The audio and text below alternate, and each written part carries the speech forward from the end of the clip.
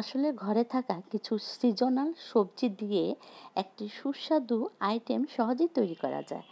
আসসালামু আলাইকুম, welcome back to Afrins cooking. আশা করি সবাই ভালো আছেন। আজকে আরও একটি রেসিপি আপনাদের মাঝে শেয়ার করতে যাচ্ছি। রুটি, পরোটা বা লুচির সাথে সাধারণত বাঙালিরা ভাজি অথবা নিরামিষ বা লাবড়া দিয়ে খেতে পছন্দ করে। তো আজকে আমার এরকমই একটি রেসিপি আপনাদের মাঝে দেখাচ্ছি। তো এই জন্য আমার প্রথমে ৭ রকমের সবজি ছিল আমার কাছে। আসলে এটা ৫ রকমের সবজি দেওয়া হয়, ৭ রকমের সবজি দেওয়া হয়। আপনার ঘরে থাকা যে সবজিগুলো আছে সেটা দিয়ে আপনারা তৈরি করতে পারেন। আমি নিয়েছি এখানে ১ কাপ পরিমাণের বেগুন, সেগুলি সবগুলোকে আমি কিউব করে কেটে নিয়েছি। ১ কাপ পরিমাণের আমি আলু নিয়েছি, তারপর প্রায় ১ কাপ পরিমাণের কুমড়ো নিয়েছি, আরও নিয়েছি ১ কাপ পরিমাণের পটল, আর ১ কাপ পরিমাণের বরবটি, আর আধা কাপ ধুন্দুল, আর আধা কাপ পরিমাণের ঝিঙ্গা নিয়েছি। আর এই তো হয়ে গেল আমার ৭ রকমের সবজি। তো আমি সবগুলোকে কিউব আকারে কেটে নিয়েছি বা চারকোনা করে কেটে নিয়েছি। এগুলোকে আমি এখন একটি হাঁড়িতে দিয়ে এখন আমি এগুলোকে সিদ্ধ করে নেব, কিছু মশলা মিক্সড করে নেব এর আগে।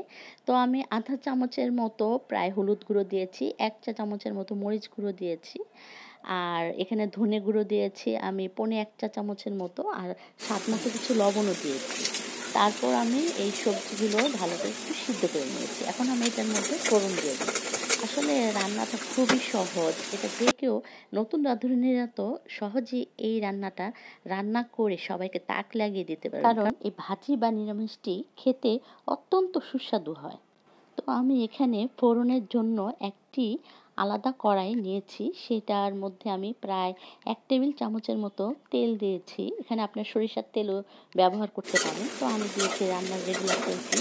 তারপর আমি এখানে একটি তেজপাতা ছিঁড়ে দিয়েছি, দুটি শুকনো মরিচ দিয়েছি, আর একটি রসুন কুচি আর দুটি পেঁয়াজ কুচি দিয়েছি, আর সাথে ২-৩টি কাঁচামরিচও আমি ফালি করে এখানে দিয়ে দিয়েছি। এগুলো আমি ভালো করে একটু ভেজে নিয়েছি, তারপর সিদ্ধ সবজিগুলো এখানে ঢেলে দিয়েছি। তো এই তো বাগার অথবা ফোড়ন যাই বলেন, তো এটা দেওয়া শেষ হলে ভালো করে একটু নেড়ে চেড়ে আমি সবজিগুলো নামিয়ে নিয়েছি। এই তো হয়ে গেল আমার মিক্সড ভেজিটেবল সবজি অথবা লাবড়া।